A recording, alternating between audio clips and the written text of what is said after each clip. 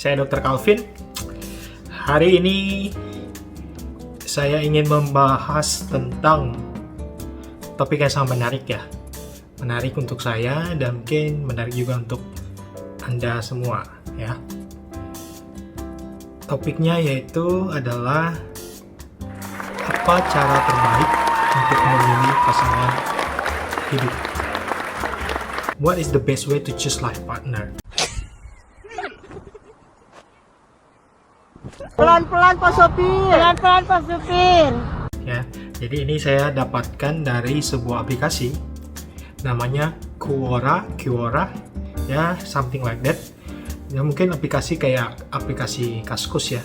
Jadi ketika ada yang bertanya, kemudian ada yang menjawab atau merespon.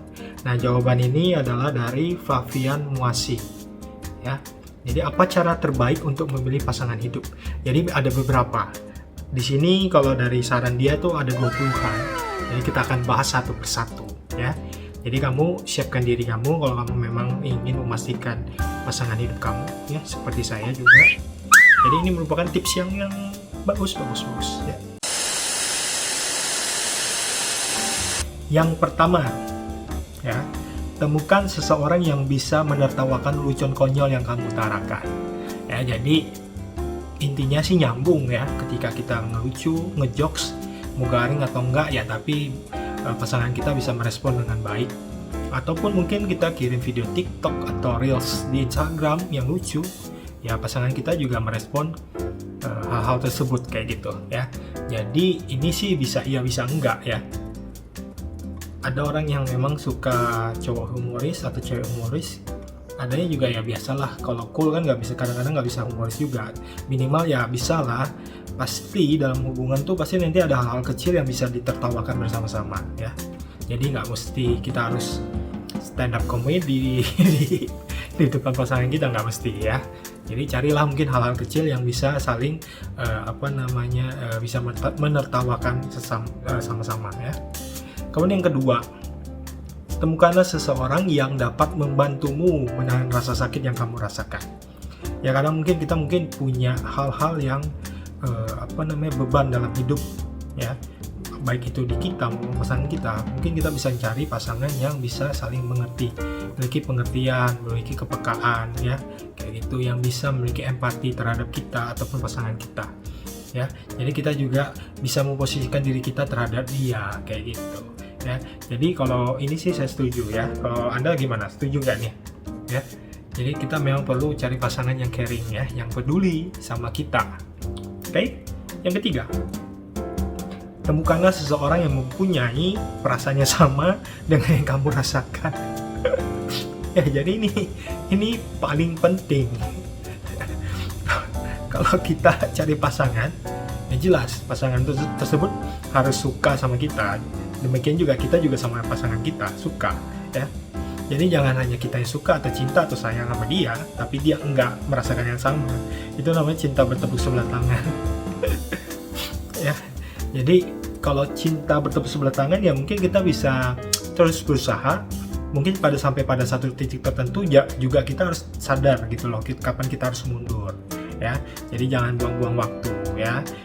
Ini ya pengalaman pribadi lah ya. I'm okay, I'm fine. Kincana, ting ning ning ning ning. Jadi ya kalau jangan sampai kita mengalami cinta bertepuk sebelah tangan ya. Jadi pasangan kita juga harus memiliki rasa yang sama dengan kita. Oke? Keempat, temukanlah seseorang yang mempunyai beberapa kesamaan denganmu, juga mencintaimu, punya beberapa perbedaan, menunggu kamu, dan tidak meninggalkan kamu ketika kamu sedang di bawah, dan benar-benar mencintai kamu. Oke, ini intinya mungkin kita ketemu seseorang yang kita memiliki kesamaan ya. Kesamaan dalam arti mungkin pengalaman hidup bisa saja sama, bisa juga tidak ya. Tapi kesamaan ya bisa aja ada sifat-sifat tertentu yang kita memiliki kesamaan, atau hobi juga memiliki kesamaan. Misalnya hobi nonton film ya, sering-sering lah mungkin nanti nonton bioskop atau Netflix di rumah kayak gitu sama-sama ya. Ataupun mungkin hobi yang lain, olahraga, jogging bareng ya, pergilah sama-sama jogging bareng kayak gitu ya.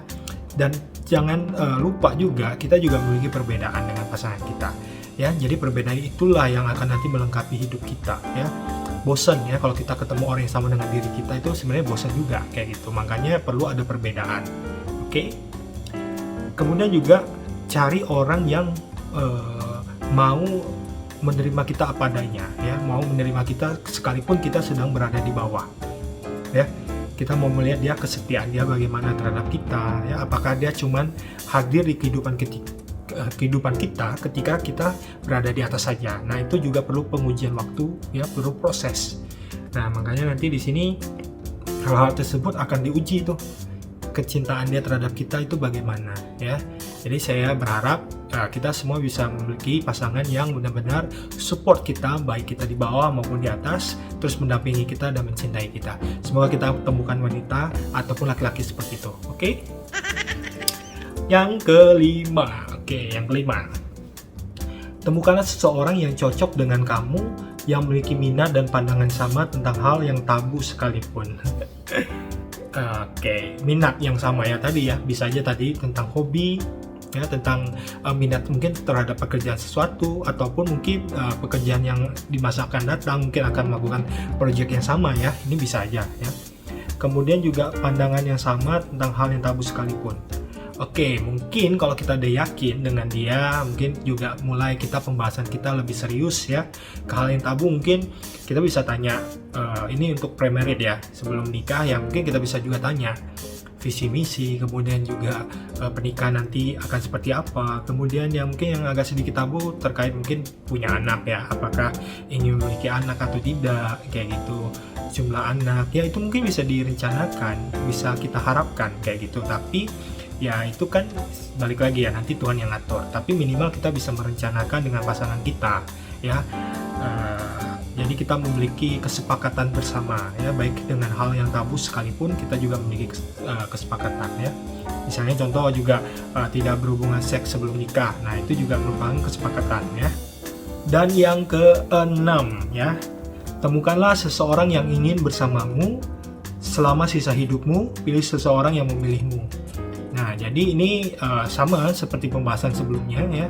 Jadi kita perlu cari orang yang benar-benar mencintai kita, yang memilih kita, yang sama-sama ingin berkomitmen bersama, membangun sebuah hubungan bahkan sampai akhir hayat ya. Jadi cari orang yang setia. Demikian kita juga harus setia dengan pasangan kita. Ya, setia satu pasangan. Yang ketujuh, temukan seseorang yang akan tetap mencintaimu saat kamu sedang tidak baik-baik saja. Nah, ini juga sudah di pembahasan sebelumnya. Intinya kita cari orang yang pasangan yang mau setia mendampingi kita, baik kita susah senang ya, sedang di bawah atau tidak, sedang terpuruk atau tidak, dia tetap hadir bersama dengan kita, mensupport kita ya. Kemudian juga peduli dengan kita, memperhatikan kita ya. Cari pasangan yang seperti itu ya. Yang kedelapan, temukanlah seseorang yang setidaknya tahu bagaimana cara untuk mengelola uang. Kamu dapat mengetahuinya dari seberapa banyak yang dia habiskan selama beberapa kali kalian sedang bersama.